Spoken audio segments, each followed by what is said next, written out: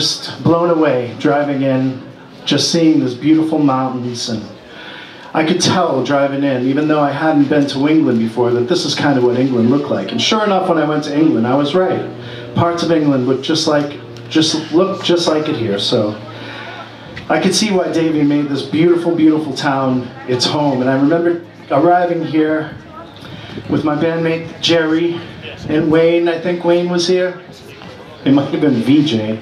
But anyway, the friends that Davy introduced to us from this town have been so generous and so wonderful that it's just a beautifully tight-knit community that they have here, and it just, everybody here just sort of makes you feel at home. And that's one of the reasons I'm sure Davy absolutely loved it here. I know he loved Florida in the summer for the heat, but I'm telling you, he loved Beavertown as his home. He was so great to be here, sitting in the house in front of the fire, playing guitars and singing along. But one of my first memories, which I'd like to share with you, is Davy liked to go exploring. He always had this thing. He always wondered what it would be like. He always wondered what the first people that ever came here saw. He's like, man, I mean, there was no roads, no houses, no nothing. I mean, what were they doing? I mean, what were they thinking? So he liked to just go off into the woods and explore. So he took us for a walk in the woods, just a little hike at the end of Center Street, and we're walking, we're pretty deep in the thick of the woods, and I thought I'd catch his attention, and I did by saying, "Oh, cool, is that a bear?" He was like, he really freaked out. But the funniest thing was, I like to make him laugh, so it was kind of chilly out, and there was a bunch of dead trees in the middle of the forest.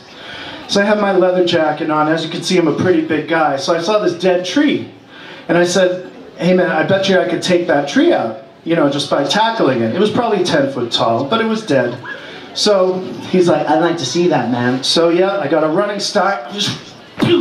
I bounced off the first time, and they started laughing, but I could feel it giving and cracking. So I did it again. I did it the 5th time. I knocked that tree over. I broke it. I knocked it down, and they were laughing in hysterics on the floor, cracking up. So I thought I was the shit, you know. This was like my in.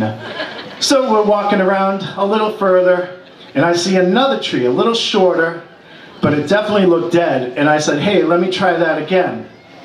So as I'm running from 20 feet away, as I get close, I notice that the bottom is rotted out.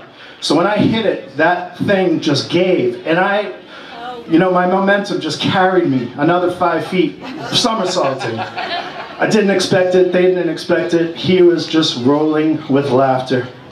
But whenever we came back to Beavertown, it was inspirational for Davy. He wrote lots of many beautiful songs out here, and the people are just awesome. So as much as you can come and visit Beavertown, I recommend it. It's so pretty, and we're trying to hopefully get the church up and running someday.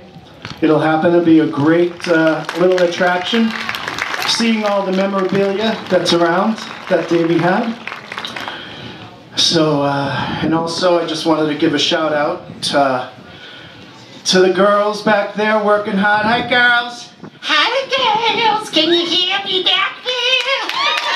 Everybody thought I was dead! But I'm not. Just kidding. I think Mickey Dolan said it best, that the children reflect their father, and you've never met 4 of the most beautiful, gracious women in your life than Talia, Sarah, Jessica, and Annabelle. I love you, girls. So, all right, on with some more music for you guys.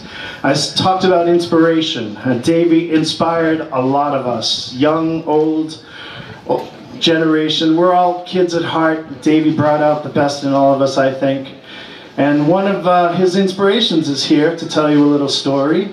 She's from somewhere in Pennsylvania. Hayden?